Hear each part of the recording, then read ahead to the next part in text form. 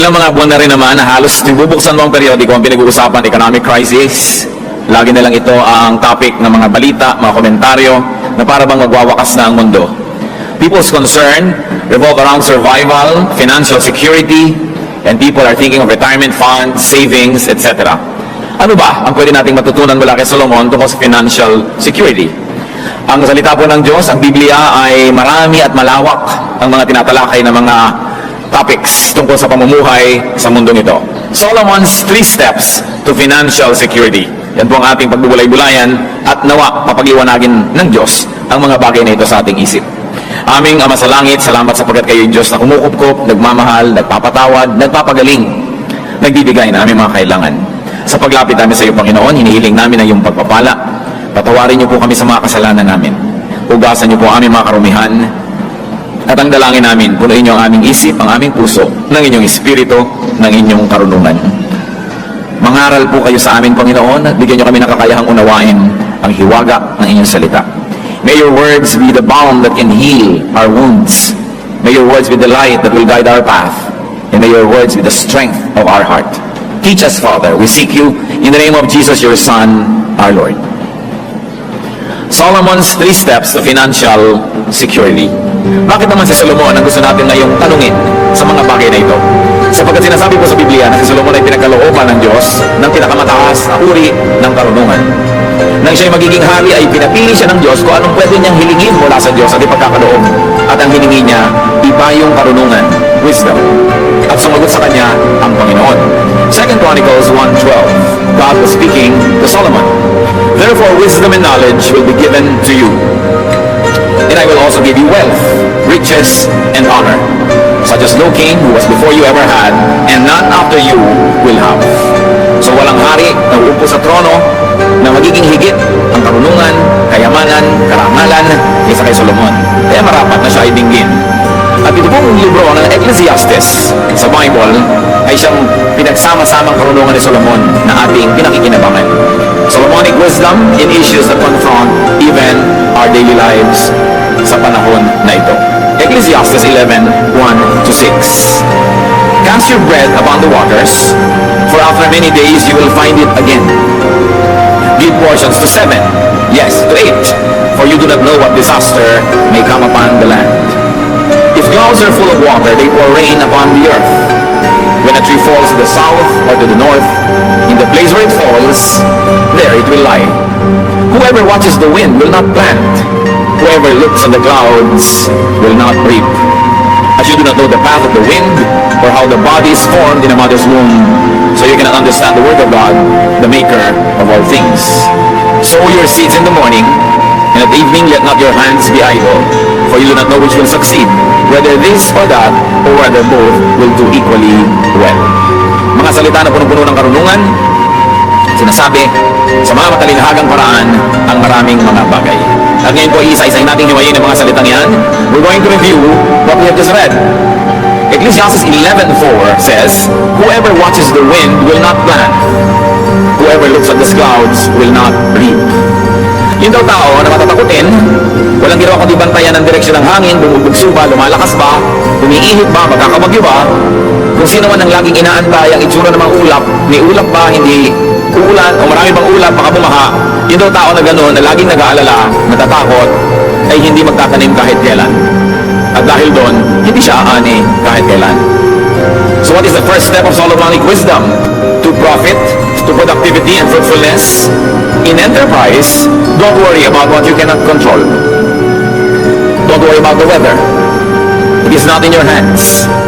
But plant when you're supposed to plant, and then do your best, pray for the best, and then cope with whatever happens. Solomon, in effect, is telling us to plant and invest anyway, in spite of the unknown, in spite of what many people call bad times. Able sailors can benefit even from strong winds. Pag magagaling ang mga tripulante, ang mga kapitan ng mga barko, kahit bagyo, ay nagiging kaibigan nila sa kanilang pagdaragat. Able sailors can turn strong winds into friends. Therefore, good business people can turn even difficult times into opportunities. Why? Because people have to live. Life has to go on. Business must continue to happen. You just have to adjust. You just have to read the needs of the times and make the necessary adjustments. Pag lagi kang matatakutin, if you're playing too safe, you will never invest, you will never get into business, you will never do anything, you will never plan, therefore you will never harvest. So do not worry about the unknown or the unknowable, because God knows. Alam naman ng Diyos yung hindi natin alam.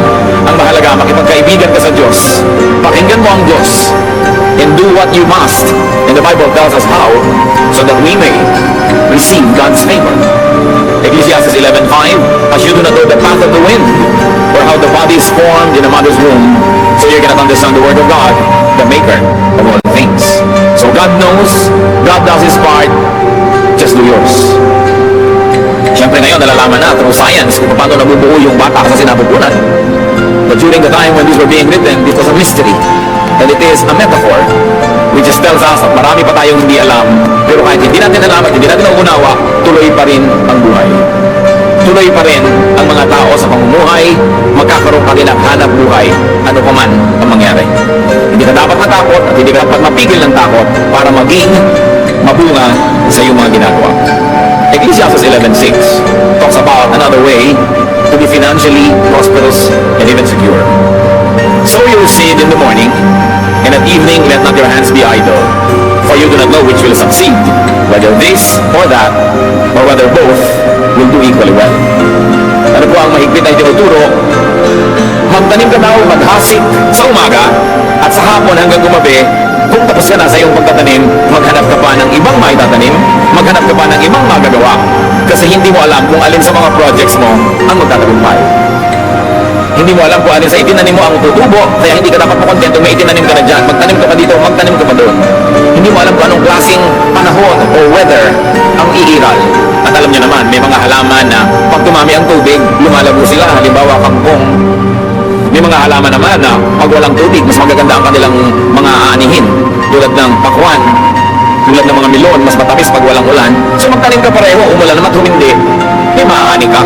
Hindi mo inilalagay sa isa lamang na bagay na kasalalay ang buong buhay mo. At hindi sapat na nagtrabaho ka na sa umaga, tapos sa hapon, nagbibingo ka na, tututunganga ka na. Minsan makakakita ka ng mga driver, natutulog ka sa mga ilalim ng puno, ayaw nang tumanggap ng pasahero kasi nakaboundary na. E paano kung pag-uwi mo, nahulog sa bintana yung asawa mo, kailangan ipa-repair yung ulo niya. Kaya kinita mo lang pang boundary, wala kang extra. You don't know what a day may bring forth. You should not be easily happy with some income. Keep making income. Kailangan na nagsisikap ang tao, hindi ko kumita na ng konti, maglalakwatsa na. Sabi, so you said in the morning, and at the evening, let not your hands be idle. Marami ka dapat ginagawa. So second step, keep working on different services. Keep planting different crops. Keep producing different products. Hindi mo alam kung ano makiklik eh. Nakapwesto ka, kung alin man doon ang pagpalain, handa ka. Diversify, in other words. But not too much and not without due study.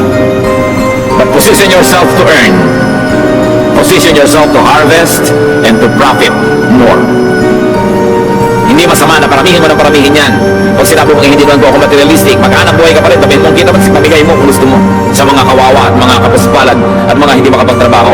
Pero hindi mo sabihin, wala naman ako masyadong ambisyon, simpleng buhay lang, tama na sa akin. Kapag nagkasakit ka, nangungutang ka doon sa meron, anong simple doon? Hindi dapat easily ka na kontento.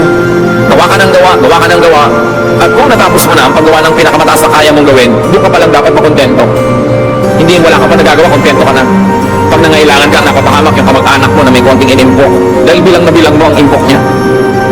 Yung mga kamag-anak na mga may OFW na mga asawa, alam na alam ang exchange rate. Araw-araw, daig pa yung asawa. Siguro ate, marami ka ng savings. Ano? Kasi enrollment na ni Junior, ayun. Kasi hindi nagsisikap masyado. Ang tataas ang ambisyon, ang daming gastos, hindi naman kumikita. Ang dali-daling magpahinga, ang daling mapagod. Konting hirap, sumusuko. Konting hirap, nagre-resign. Wala namang kakainin. Kailangan niyang katawan mo ihataw mo sa trabaho, ihampas mo sa gawain. Diba? Para meron kang kitain. Consider the great woman of Proverbs 31. Ano ang description sa napakatakilang babaeng ito? Proverbs 31:10, a wife of noble character who can find. She is worth far more than rubies. And then Proverbs 31 goes on to essay the great deeds of this wonderful woman.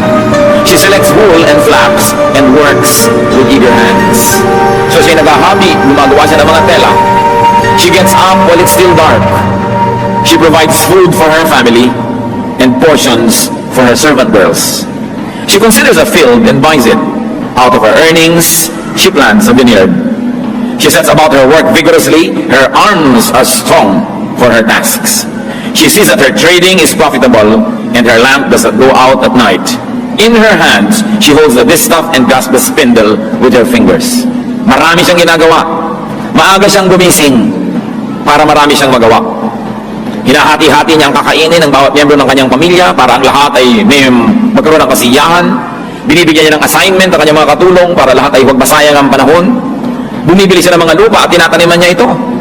At ang ipinagtatanim niya, galing na sa mga tubo niya sa kanyang mga pangangalakal. Malakas ang kanyang katawan, malakas ang kanyang braso, at siya ay nangangalakal. She trades. She buys, she sells, she produces. Marunong siya magburga, magsulsi, manahi. She makes linen garments and sells them and supplies the merchants with sashes.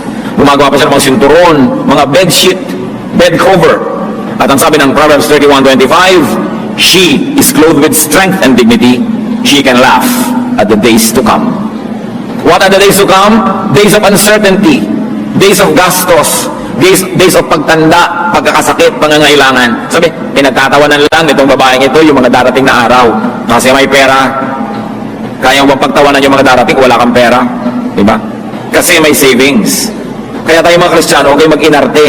Na ay, ako hindi materialistic, hindi ako ganyan. Pero naman, pag kami kailangan ka, iaasa mo sa iba. Dapat ang tao marunong magsikap, magtrabaho, maghanap buhay, produce more than what you need. So that you will not only fill your needs, but you will also be able to help others who are unable to produce. Just work for it, and then deserve it. Sabi na Ecclesiastes 7:12, money is a shelter. Bible na yan. Kaya huwag nyo nang mamaliitin ng pera, mahalaga talaga. Money is a shelter. In Ecclesiastes 10:19, money is the answer for everything. Alam niyo naman, money talks. And when it does, people listen. Ba? So, dapat gumagawa ka ng pera, ng maraming pera. Pero huwag naman sa pagiging sakim, sa pangaagaw, sa pandaraya. Kita niyo yung babae ng Proverbs 31, ang dami-dami perang ginagawa. Kasi masipag, mautak, marunong. No?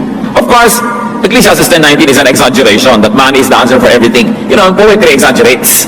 But there's great truth in it. That it is an answer to many, many things in life. You want to be secure, you want to be able to laugh at the days to come, dapat may extra income ka, that you have savings, and you are ready for some disasters.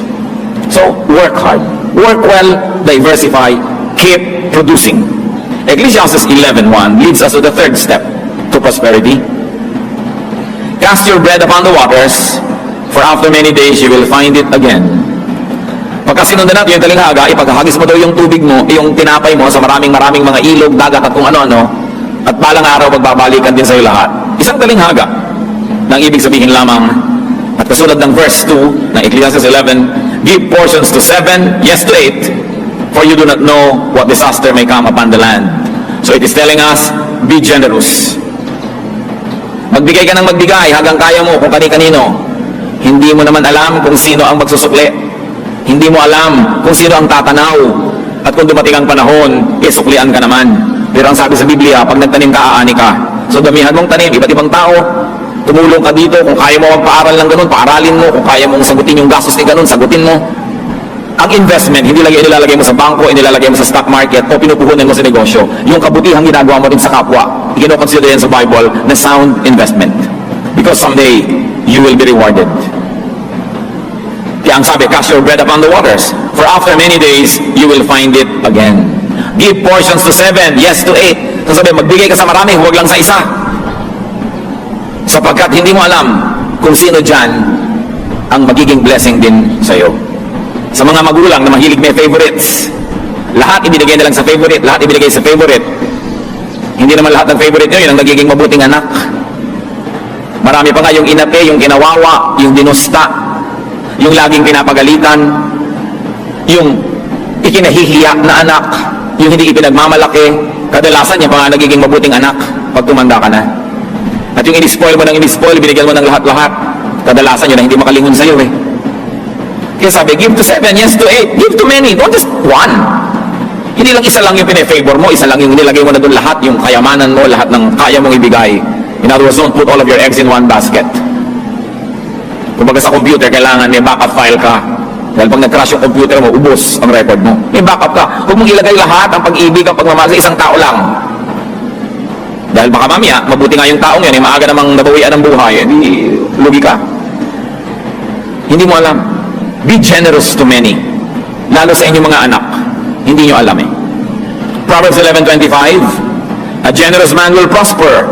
He who refreshes others will himself be refreshed. Biblia na nagpapangako, yung mapagbigay, aasenso, sasagana. Ang nagbibigay ng kasiyahan sa kapwa, siya man ay tatanggap ng ganitong kasiyahan. Hindi sa pagiging sakim ka magiging secure.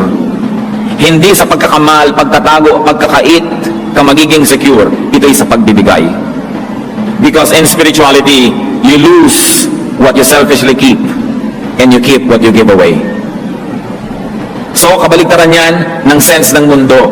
Ang sasabihin ng mundo, sa'yo na lang, ipunin mo, sa'yo lang. Ang sabi ng salita ng Diyos, magpamigay ka. Ikalulugod yan ng Diyos. At kung di man, tumanaw sa'yo yung binigyan mo, alam naman ng Diyos yun eh, siya nag-utos, edi siya ngayon ang bahala magpalit. Luke 6:38, give, and it will be given to you. And very especially, give to God's house. Malachi 3:10-11. Bring the whole tithe into the storehouse, that there may be food in my house. Test me in this, says the Lord Almighty, and see if I will not throw open the floodgates of heaven and pour out so much blessing that you will not have room enough for it. I will prevent pests from devouring your crops, and the vines in your fields will not cast their fruit, says the Lord Almighty. Yung buong buo, nadali nyo sa aking tahanan ay ikaw, at subukan nyo ako kung di ko bubuksan ang bintana ng langit at papahain sa inyong buhay ang pagpapalang hindi nyo kayang isilid sa anumang lalagyan nyo. Sobrang dami ipagpapalang ibibigay ko na wala kayong pagsidlan. At kasama pa niyan, pipigilin ko ang mga salot na sirain ng mga halamang itinatanim ninyo. Ang mga bunga, mga buko na namumunga sa inyong mga bukid, hindi malalaglag bago maging hinog. Hindi inaasahan mo, harvest na next week, biglang bumagyo, nasira ang crop mo, nalaglag yung mga bulaklak, wala kang inani. Sabi, pipigilan ko yan, subukan nyo ako. At alam nyo, mga nakapagpatotoan nito, sila talagang adik mag-tithes. Dahil napapatunayan, totoo pala to. Napapatunayan nila. Ano nga nang mamali ang Diyos? Ano nga naman kasi nung malingan yung Malachi 3:10 and 11? Napapatunayan yan. At ang sinasabi, sa 11:12, share what you have with 7 or 8 with many people. Bakit now? Because you do not know what disaster may strike. You do not know who would make it, who would be grateful. So spread the goodies. Isang napakalaking pagkakamali ng mga magulang to play favorites at itambak lahat ang magagandang bagay sa paborito nila at ma-deprive yung hindi nila paborito. Isang napakalaking pagkakamali ng mga magulang na api-apihin ng isang anak dahil yung isang anak na yun ay kulang sa kagandahan o kulang sa talino o kulang sa charm o dahil ang isang anak na yun ay hindi katulad ng lahat ng anak na kapitbahay nila dahil may anak silang kakaiba ang itsura, kakaibang ugali, kakaibang kilos, aapi-apihin na nila. Hindi nyo alam yung anak nyo na yan ang magkakabay sa inyo sa inyong pagtanda. Ang pinalaki pa nga sa layaw, sabi ni Balagtas, karaniway hubad. Sa bait at muni, sa hatol ay salat. Masaklap ang bunga ng maling paglingap habang nang magulang sa irog na anak. At kadalasan, hindi naman lagi, pero madalas, obserbahan nyo, yung mga anak na laki sa hirap, yun ang mga thoughtful. Yun ang maalalahanin sa mga magulang. Yung pinalaki sa sarap, kalimutan ka na lang, lalo nag-asawa na. Wala na, puwera ka na. Kaya naman, minamahal mo lahat. Kahit sa kalooban mo, hindi pantay-pantay, dahil may tinatangi ka, huwag mo na ipakita. Anak mo lahat yan. Ano man yan. Wala nagutan mo sa Diyos, kailangan mahalin. Favorite children will not always deliver. So, spread the goodness to everyone around you. Consider the noble wife. Ang pinag-uusapan natin dito, be generous, be a good giver. Ang isa sa mga dahilan kung ba't siya ganun ka-asenso, Proverbs 31:20. She opens her arms to the poor and extends her hands to the needy. Sa kanya, business is business, yes. Pero meron siyang mga social concerns. Meron siyang mga charities. She makes money here, but she has another activity where she gives it away. To those who cannot make money because they're either too sick, too old, or too young, or they are oppressed by the system. That's financial security in the making. When you are sharing with the needy, or that is financial security already at work. So kung hindi ka ma-secure, magbigay ka para ka ma-secure. O kung secure ka na, lalo ka magbigay.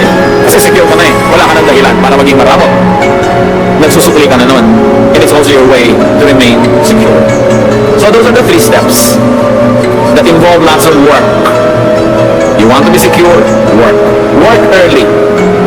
Exodus 20 verse 9, 6 days you shall labor and do all your work. So 6 na araw nagtatrabaho ang tao, isang araw lang nagpapahinga. Yan ang itinakda ng Diyos. And work hard. 2 Thessalonians 3:10, for even when we were with you, we gave you this rule. If a man will not work, he shall not eat. Work for your bread, work for your money, work for your benefits, work for your bling-blings. Hindi pati yan iniaasa mo sa iba. Hindi pati yung mga bisyo, mga load, iasa mo sa iba. Wala kang load na nahimik ka. Diba? Hindi ka pa kumikita kung takot-takot na pera na inuubos mo sa kagaganyan. Nag-ubos na lang ang resources ng pamilya. Wala ka pa may contribute. Dapat lumagay ka sa lugar. Tinitingnan mo ang mga bagay-bagay. And not only work hard, but work smart. Wrong grammar. Kaya nyo na, work smart. Ecclesiastes 10:10, if the axe is dull and its edge unsharpened, more strength is needed, but skill will bring success. Pag daw yung tool mo mapurol, yung palakol mo na pang sibak ng kahoy ay mapurol, kailangan malakas ang hampas mo sa kahoy para tumalab ang iyong palakol. Kung nagigiwa ka ng karne, ang purol-purol ng kutsilyo mo, pagkatapagod yung braso mo, katidiin. Kaya sabi, kailangan smart. Skill will bring success. Be skillful. Improve your tools. Improve your ways of production. So you don't have to work too hard. You will get more for less work.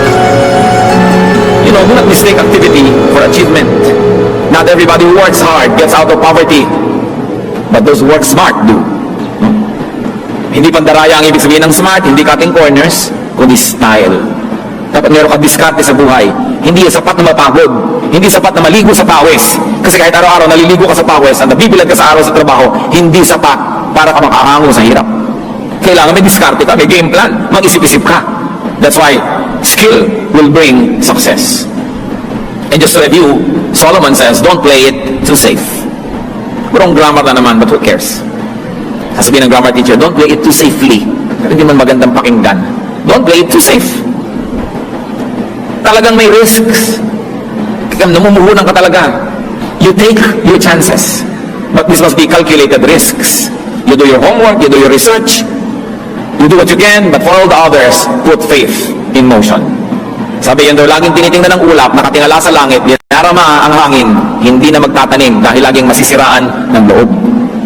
Matthew 25:25-27, concerning the talents that the Lord gave to several people.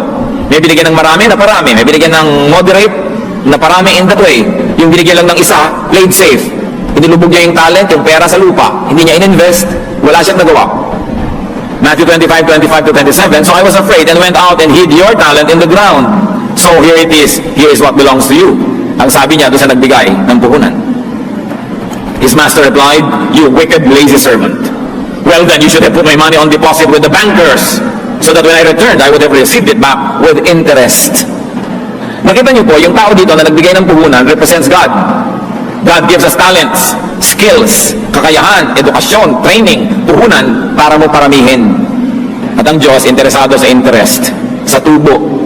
Sabi, binigyan kita, dapat na parami mo. Sabi, ito, nilubog ka na lang sa lupa para safe. Gusto mo lang palang safe, di sana hindi ka na namuhunan, inilagay mo lang sa bangko, nagkaroon ba lang interest? Kahit konti. So God wants earnings. God wants interest. God wants returns. Kaya hindi ungodly yun. Huwag ka lang maging usurer na exaggerated na yung interest. Mga kapatid, kung may inutangan kayo, 10,000, inutang nyo noong 1972, ngayon nyo lang babayaran, 10,000 din ang bayad nyo, kakaya naman yan. Dapat mga 12, 13,000 na yan. Kasi kung yung pera niya nasa bangko, nagka-interest na eh. Pero ibinigay sa'yo na pag interesan mo ang pera niya, hindi nagka-interest. Kasi sa solo mo, after a long time, ganun ding amount, mali. You punish the person for helping you. Hindi masama na bigyan mo na interest. Ngayon, kung kayo nagpautang, kayo nagsasabi, huwag mo nang bayaran yung interest, nasa sa inyo yun. Pero sa nagpautang yung desisyon na yun, hindi sa umutang. Yung nangutang, kailangan may obligasyon ka, pakitain mo yung pera ng inutangan mo. Kasi hindi na yun ang halaga nun ngayon, na iba na, bumaba na yung value ng pera. Kaya kailangan, bigyan mo naman ng gantimpala yung tumulong sa iyo nung panahon ng pangangailangan. What do we see of God here? That God is an investor. So should we. Kailangan tumutubo, kumikita, namumunga ang ating mga ginagawa. So have several investments, have several sources, and also have several beneficiaries. Hindi lang isa, marami. Sabi ko give portions to 7 or to 8. Cast your bread upon the waters because it will come back to you. Why do you do that? Because you do not know which will work. So you work hard, and you become generous. The way to financial security. The world will tell you many things, but Solomon in all his wisdom gives us this guide. Diyos namin sa langit, nawa itong mga simpleng katotohanan na ito ay makakita ng application sa buhay namin araw-araw. Dalangin ko, Panginoon, ang mga anak mo ngayon dito, mga namumuhunan, bigyan mo ng karunungan kung alin ang pipiliin na paglalagyan ng investment, and after they have done their best, their study, their effort, i-bless mo, Panginoon, ang mga ginagawa ng mga anak mo rito, paramihin, pabungahin ang kanilang mga itinatanim. Ganon din ang ginagawa ng iba pa namin mga kapatid, mga namamasukan, iba't ibang uri ng hanap buhay. Pagpalain mo, Panginoon, at nang sa ganon, mamunga ang kanilang mga ginagawa. Pati ang katapatan nila sa mga employer, ang pagiging mabuting empleyado, pabungahin mo, Panginoon. Kung hindi ito nalalaman na appreciate ng mga decision makers, kayo po ang kumilos upang makarating sa mga dapat maratingan ng balita. Ang katapatan, kahusayan ng inyong mga anak na kung minsan ay hindi napapansin. At nawa, Panginoon, kayo rin ang magbibigay ng gantimpala sa lahat ng nagsisikap at gumagawa. Ituro nyo rin sa amin, Panginoon, to be generous, maging mapagbigay, to share blessings, and to be kind givers to people and to your church. At nawa, Panginoon, ang lahat na ito pag pinaglakip-lakip, ano man ang krisis sa pag-usapan ng mundo, ano mang hirap ang mabalitaan namin, ang mga anak mo tumanggap ng iyong grasya. Undeserved gift. At nawa, Panginoon, sa pagsunod sa mga katuroan mo dito sa Biblia, matagpuan na yung mga anak na ang tunay na kasaganaan ay wala sa panahon, wala sa uso, wala sa kalakaran ng mundo, kundi nasa pabor mo. Na kung kami ay yung pinapaboran, walang imposible sa inyo. That we can receive blessings and comfort and fruits even in times of drought around us. Matagal na, maraming beses mo nang napatunayan ang iyong pagpapala, ang iyong pagtatangi sa iyong mga anak na sumusunod sa iyong katuruan. Ituro mo sa amin ngayon ang mga personal na hakbang para namin pakinabangan ng lubos ang mga walang pagbabagong katotohanan na ito. Mga kapatid, magbulay-bulay tayo sandali. Kung kayo masagana, pasalamat sa Diyos at patuloy na managana. At kung hindi naman, tingnan natin kung alin sa mga prinsipyong ito na ating pinagbulay-bulayan ang maaari ngayong ilapat sa ating mga buhay at nang magbukas ang pinto ng langit at ang napakaraming pagpapala ng Diyos dumaloy sa inyo ng ubod dami at na magbigay ito ng kasiyahan, kagalakan, katahimikan ng loob. Awa namin sa sandali ng pananahimik, isa-isa mo po kaming kausapin at ituro mo sa amin yung daan tungo sa kasaganaan. At sa mga nananagana na Panginoon, salamat, ituro mo ang daan pa sa lalo pang pagsagana at lalo pang pagiging mabuting tagapag-ingat ng iyong mga pagpapala. Let's be silent before the Lord and ponder applications of these truths.